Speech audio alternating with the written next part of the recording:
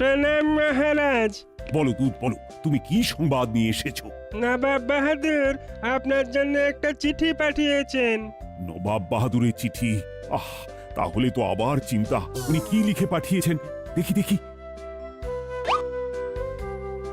আমি তাহলে এখন আসি। হ্যাঁ হ্যাঁ, এসো এসো এসো।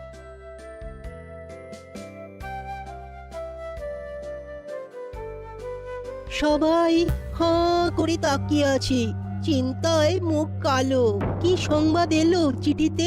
খারাপ নাকি ভালো? আরে তোমাদের অত চিন্তা করার কোনো কারণ নেই। অত্যন্ত ভালো সংবাদ এসেছে, যাকে বলে সুসংবাদ। নবাব বাহাদুর আমাদের সকলকে নিমন্ত্রণ করেছেন। নিমন্ত্রণ মানেই তো খাওয়া দাওয়া। হ্যাঁ, জমিয়ে ভুরি ভোজ। নবাব বাহাদুর আর বেগমের বিবাহ বার্ষিকী উপলক্ষে আগামী রবিবার বিরাট অনুষ্ঠান। কৃষ্ণনগরের গ্রামবাসীদেরকেও নিমন্ত্রণ করেছে।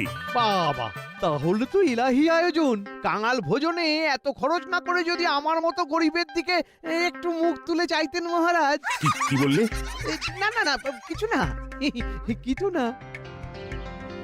শোনো শোনো শোনো, আগামী রবিবার দুপুর বেলা নবাব বাহাদুরের বিবাহ বার্ষিকী উপলক্ষে সকল প্রজাদের নিমন্ত্রণ রইল। শোনো শোনো শোনো। 31, 32, 33। এই ভর সন্ধেবেলা উঠ বস করছো কেন গো? বলি তোমার মাথা ঠিক আছে তো? একদম 34। ওই তোমাকে যে কচি কচি শশা কেটে নিয়ে আসতে বললাম, তা এনেছো? হ্যাঁ এনেছি। এই আম যে মুড়ি মেখে ফেলি বলো। আরে না না না না, এখন আমি শুধু শশা খাবো আর ব্যায়াম করব। ব্যায়াম করব আর শশা খাবো। এ তো মহা মুশকিল। কি কারণ সেটা তো বলবে। আরে আরে শোনোনি, আগামী রবিবার আমাদের সবার মুর্শিদাবাদে নিমন্ত্রণ আছে। নবাবী ভোজ খাবো বলে কথা। একটু একটু ব্যায়াম বৈঠক করতে হবে না? বলে মুখ না ছড়িয়ে আমাদের পড়ে থাকা 3 বিঘা জমিটা গিয়ে চষো না। তাও তো নিজেদের একটু উপকার হয়। দোকান থেকে ধান চাল কিনে খেতে হবে না। ইনি কথাটা মন্দ বলেনি, ভেবে দেখবো। দাও তো শশার বাটিটা দাও।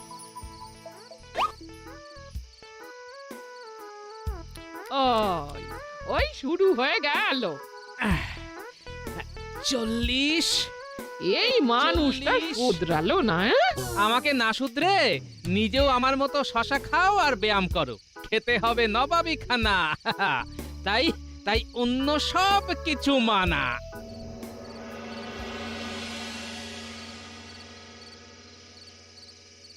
যাত্রা শুরু হোক। পিছনে গরুর গাড়ি আছে, তাই খুব দ্রুত গাড়ি টানার দরকার নেই। সাধারণ গতিতে গেলেও আমরা আগামীকাল সকালের মধ্যেই পৌঁছে যাব। আপনি ঠিকই বলেছেন মহারাজ। আজ শনিবার সন্ধেবেলা কৃষ্ণনগর থেকে রওনা দিচ্ছি। আমরা কালকে সকালের মধ্যে মুর্শিদাবাদ পৌঁছে যাব।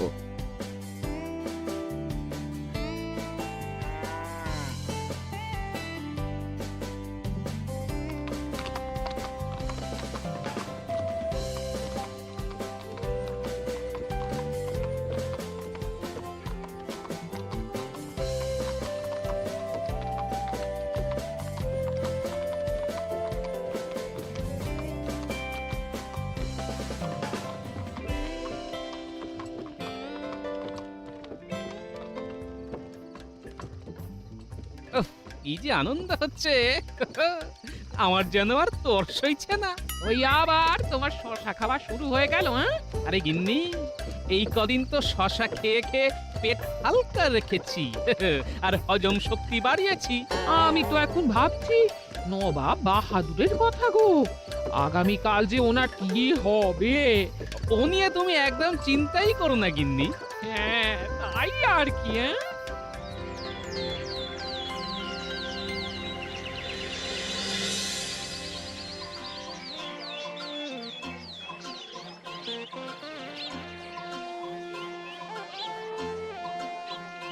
আরে আরে, এই তো কৃষ্ণচন্দ্র, আমি খুব খুশি হয়েছি। আমিও খুশি হয়েছি। আপনারা আমাদের বিবাহ বার্ষিকী উদযাপনের দিন উপস্থিত হয়েছেন। কিন্তু জাহাপানা, আমরা যে কৃষ্ণনগরে সবাইকে নিমন্ত্রণ করেছিলাম, লোক সংখ্যা তো অত বেশি মনে হচ্ছে না। আসলে সবাই তো যে যার নিজের কাজে ব্যস্ত থাকে, তাদের মধ্যে যাদের একটু হাত ফাঁকা আছে তারা এসেছে। বেশ বেশ, আরে আর কত দাঁড়িয়ে দাঁড়িয়ে কথা বলবে? উজিত, তোমরা সবাইকে নিয়ে ওখানে যাও। আচ্ছা জাহাপানা।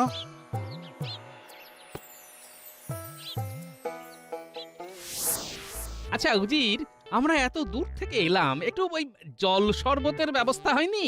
হয়েছে তো, ওই দেখো আসছে।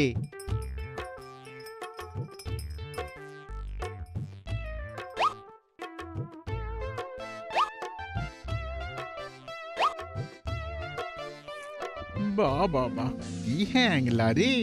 আচ্ছা আচ্ছা, তোমরা সবাই জিরিয়ে নাও, বেলায় সবাই মহলে চলে এসো, বিবাহ বার্ষিকী উদযাপন হবে। বেশ বেশ বেশ, আপনি আপনি আরো শরবত পাঠিয়ে দিন। হ্যাঁ, এত ভালো বানিয়েছেন, একটাতে পোষালো না, বুঝলেন? বেশ বেশ বেশ। এই এই এ কি করছো কি? তুমি থামো তো। মহারাজ, আপনিই বলুন, আমরা তো এখানে খেতে এসেছি। হ্যাঁ, তা এসেছি। নবাব বাহাদুর তো নিমন্ত্রণ করেছেন। ব্যাস, তাহলে সকল রাজ্যবাসী শুনে নাও, তোমরা তোমরা কেউ কোনো রকম লজ্জা করবে না, কেমন? এই নবাবী ভোজ আমরা আবার কবে খেতে পারবো তো জানি না, তাই সবাই পেট ভরে মন ভরে খাবে, কেমন? জাহাপানা, গোপাল তো যাতা শুরু করেছে। কেন, গোপাল আবার কি করলো? এসে শরবত দিয়ে শুরু করেছে। তুমি তুচ্ছ ব্যাপার নিয়ে চিন্তা করছো কেন বলো তো? ওনারা আমাদের অতিথিদের সম্মান করার চেষ্টা করো, সব সময় পাকা পাকা কথা। আপনার যখন এই ইচ্ছে, আপনারা যা ভালো বোঝেন তাই করুন। তুমি বেশি কথা না বলে সভা কক্ষে সকলকে ডাকো। যথা আজ্ঞা জাহাপানা, আমি এক্ষুনি সকলকে ডেকে পাঠাচ্ছি। আজ আমাদের নবাব বাহাদুর আর বেগম সাহেবার বিবাহ বার্ষিকী। বাহ বাহ বাহ, আপনাদের এই জুটি যেন এভাবেই অটুট থাকে। বাহ বাহ, খুব সুন্দর, খুব সুন্দর। এই নবাব বাহাদুর, আপনাদের জন্য আমার ছোট্ট উপহার, গোলাপের তোড়া। এই গোলাপ কোনোদিনও শুকিয়ে যাবে না, গন্ধ থাকবে চিরকাল। হ্যাঁ, বহুত খুব, বহুত খুব। খাবারের কি সুন্দর সুবাস ভেসে আসছে, এতেই তো খিদে পেয়ে গেল। ওই শুরু হয়ে গেল। এবার ভোজনের সময়। আপনারা সকল নিমন্ত্রিত অতিথিগণ প্রাঙ্গণে গিয়ে আসনে বসুন। সবাইকে বসিয়ে খাওয়ানোর বন্দোবস্ত করা হয়েছে। হ্যাঁ, এই তো এই সময়টার জন্যই তো অপেক্ষা করছিলাম। চলুন নবাব বাহাদুর, আপনিও বসে পড়ুন। হ্যাঁ, তা বসে পড়লেই হয়। চলুন নবাব বাহাদুর, তাহলে আর দেরি কেন, আমরা সবাই বসে পড়ি।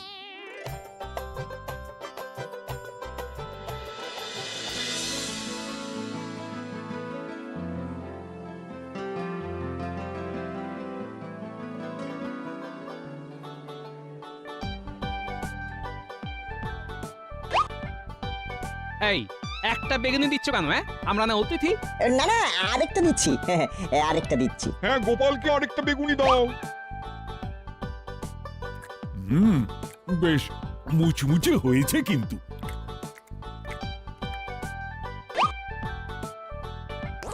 দাদু, সেই খাবার তো নবাবী বিরিয়ানি। দাঁড়াও, আমি তোমাকে একটা মাংসের টুকরো খাইয়ে দিচ্ছি। আরে আরে, নিজের জায়গায় বসে খাও না তুমি, তোমার দাদুকে যথেষ্ট খাবার দেওয়া হয়েছে। বাবারে বাবা, একটু ভালোবাসতেও দেবে না। এটা কিন্তু ঠিক করলেন না। তুমি চুপচাপ খাও, বেশি কথা বলো না তো। বেশ হয়েছে, আচ্ছা করে চেপে দিয়েছে। আচ্ছা, এই ব্যাপার। এবার আমার কীর্তি দেখাবো। মাংস দি। হ্যাঁ। আরে দু টুকরো দিয়ে কি হবে? ওটা তো দাঁতের গোড়াতেই আটকে যাবে। পুরো বালতিটাই বসিয়ে দিয়ে যাও। কি গোপাল, তুমি একাই এক বালতি মাংস খেয়ে নিচ্ছ? হ্যাঁ নবাব বাহাদুর। ওই হলো, ফেললে তো গায়ের মধ্যে ডাল ফেললে। ও কোনো ব্যাপার নয়, এখন মুছে নিচ্ছি, পরে ধুয়ে নেবো। সব অসভ্য অভদ্রের দল এখানে খেতে এসেছে, অসহ্য। এটা কিন্তু খুব খারাপ হচ্ছে। আমার প্রজাদের এভাবে বলতে পারেন না। বলেছি মানে বেশ করেছি। এই তোমরা সবাই চলো তো, অনেক খেয়েছো, অনেক অপমান সহ্য করেছো। কৃষ্ণচন্দ্র, তুমি চলে যাবে ঠিক আছে, কিন্তু তার আগে আমার সাথে মহলে এসে একবার দেখা করে যাও, আর আর তোমার সভাসদেরও একবার নিয়ে এসো। ঠিক আছে। ছোট মুখে বড় কথা বলছি, কিন্তু আমার কাছে উজির মশাইয়ের ব্যবহার খুব খারাপ লেগেছে। বেশ করেছি বলেছি। শুরু থেকেই তো দেখছি সবার কি রকম অভদ্র আচার আচরণ। আমি তো কোনো কথাই বলিনি, তাহলে আমি ভদ্র বলুন নবাব বাহাদুর? হ্যাঁ, ভদ্রলোককে তার জুতো দেখে চেনা যায়, তোমার জুতো দেখো ধুলোময়, তুমি ভদ্রলোক নও। ছেড়ে দিন জাহাপানা, ওদের কাছে ভদ্রতা আশা করতেই যাবেন না। আমার তো মনে হয় একটাও ভদ্রলোক নেই। এসব আপনি ভুল বলছেন, এরকম হতেই পারে না। এরকম হয়ে চলেছে, হচ্ছে এবং হবে। তুমি নিজের দিকে তাকিয়ে দেখো, একজন ভদ্র রাজা হলে তুমি আমার মুখে মুখে চোপা করতে যেতে না। আচ্ছা, আমার সভাসদদের মধ্যে বিজ্ঞানী, পণ্ডিত, এরা তো অনেক জ্ঞানী, কম কথা বলে, এরা তো ভদ্রলোক। জ্ঞানী মানেই ভদ্রলোক, এটা তুমি প্রমাণ করতে পারবে। বই পড়ে ভদ্রতা শেখা যায় না। জাহাপানা একদম ঠিক বলেছেন। এমনকি গোপাল ওখানে খেতে বসে যেরকম শিশু সুলভ আচরণ করছিল না, তাতে কোনোভাবেই তাকে ভদ্রলোক মনে হয় না। হ্যাঁ, কি এ তো আপনি আমাকে অপমান করছেন। হ্যাঁ, বেশ করেছি। শোনো কৃষ্ণচন্দ্র, তোমাকে 1 সপ্তাহ সময় দিলাম। তার মধ্যে তুমি যদি একজন ভদ্রলোককে নিয়ে এসে দেখাতে পারো, তাহলে আমি তোমাকে আগামী 5 বছর খাজনা মাফ করে দেবো। নইলে দ্বিগুণ খাজনা দিতে হবে। আর হায় হায় করে লাভ নেই। যাও যাও যাও, যে যার ঘরে ফিরে যাও।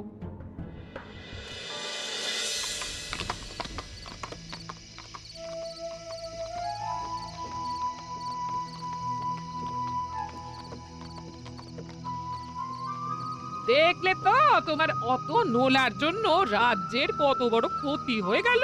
হ্যাঁ, আমি তো একটু না হয় খেয়েছি, তা বলে এত বড় অপমান? আমার সাথে একদম কথা বলবে না। সারাদিন শুধু খাই খাই খাই খাই। গিন্নি, চড়ছো কেন বলো তো? যাও তো।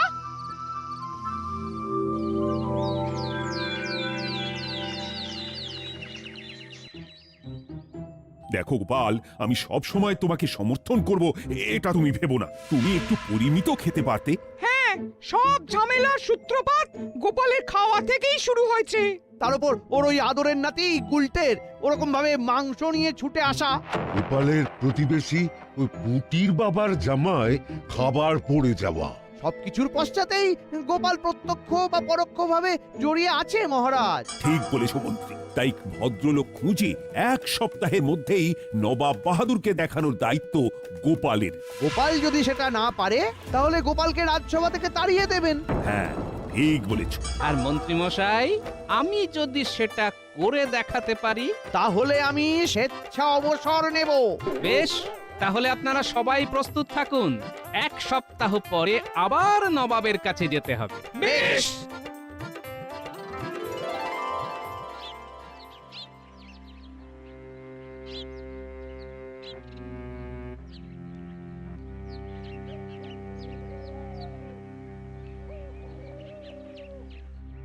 কি গোপাল দাদা, তোমার চোখে মুখে এরকম বিষণ্ণতা ফুটে উঠছে কেন? আর কি করব বলো, এখন তো সব দোষ আমার, তাই আমাকেই ভদ্রলোক খুঁজে আনতে হবে। তা তুমি এই বলদ নিয়ে কোথায় যাচ্ছ? হ্যাঁ, আর কোথায় যাব, এই একটু চান করতে নিয়ে গেছিলাম। বীজ ধান বোনা হয়ে গেছে, এখন তো আর কোনো কাজ নেই। তা এখন এ কি করে? খায় দায় ঘুমোয়, আর সারাদিন হাম্বা হাম্বা করে। কি বললে? সারাদিন একটাই ডাক ডাকে, হাম্বা হাম্বা? হ্যাঁ, ওরা তো আর বিড়াল নয় যে মিউ মিউ করবে, আর মানুষের মতন কথাও তো বলতে পারে না। তা এখন তো তোমার কয়েক মাস এই বলদ কাজে আসবে না। আমাকে দাও না কদিনের জন্য, আমিও তাহলে একটু চাষাবাদের কাজ করতে পারি আর কি। বাহ, বেশ ভালো তো। ওকে একটু 2-3 বার খেতে দিলেই হয়, খুব বাধ্য। বেশ বেশ, তাহলে তো আমার চিন্তা মিটেই গেল। তাহলে আর কি, নিয়ে যাও। এই যা, গোপাল দাদার সাথে যা।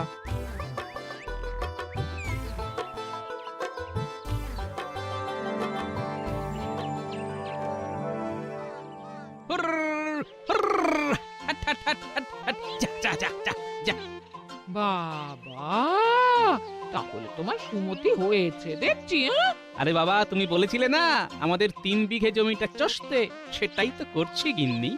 এবার ভদ্রলোককে ধরেও নিয়ে যাব। বলো কি, এই ভদ্রলোক পাবে কোথায়? হ্যাঁ? পাবো না, পেয়ে গেছি। আরে কিছুই তো বুঝতে পারছি না। ও তোমার বুঝে কাজ নেই। সন্ধে হতে চললো, আমি এই বলদকে স্নান করিয়ে নিজে স্নান করে ঘরে ফিরবো। যাও, কিছু খাবার বানিয়ে রাখো গিয়ে, যাও। আচ্ছা আচ্ছা গো আচ্ছা। হুরর, হুরর, হাট, হাট, হাট, হাট, হাট, যা, যা।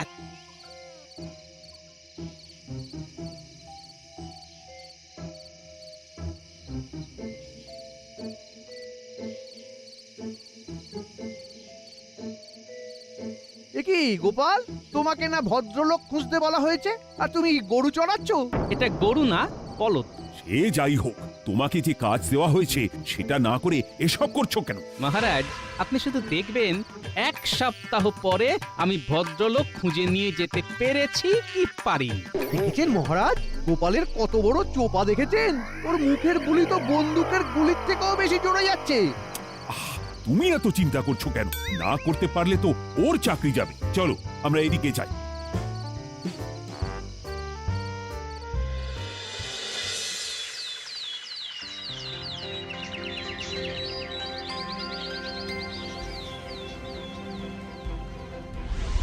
দেখো উজির, দেখো এখনো একটাও ভদ্রলোক এলো না। আপনি এক কাজ করুন না জাহাপানা, কৃষ্ণচন্দ্রের ডানাটা একেবারে কুচ করে কেটে দিন।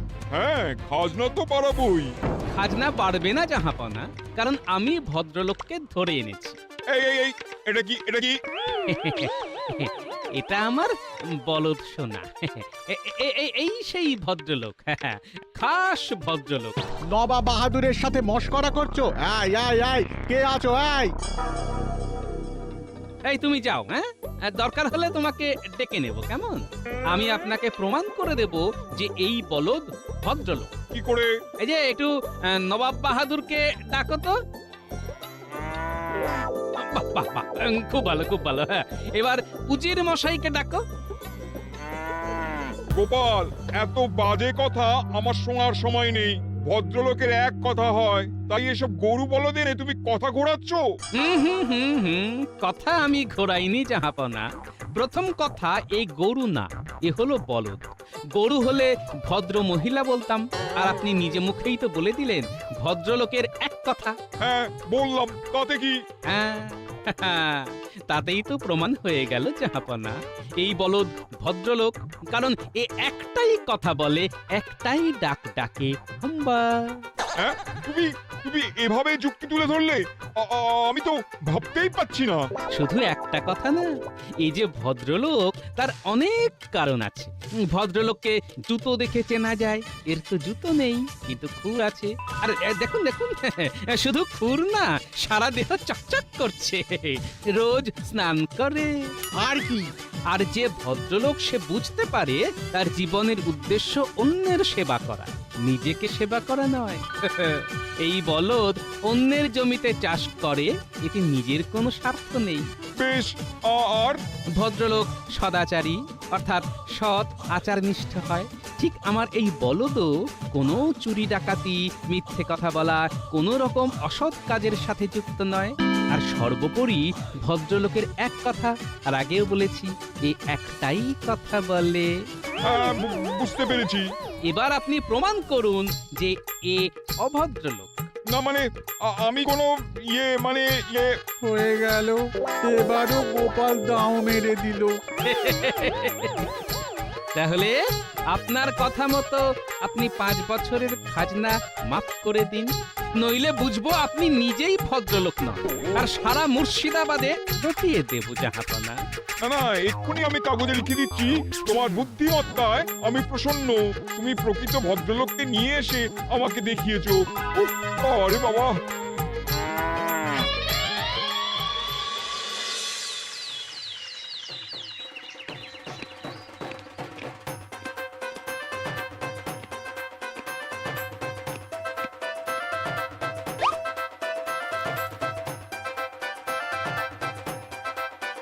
গোপাল, তুমি তো দেখছি কথার খেলাপ করনি।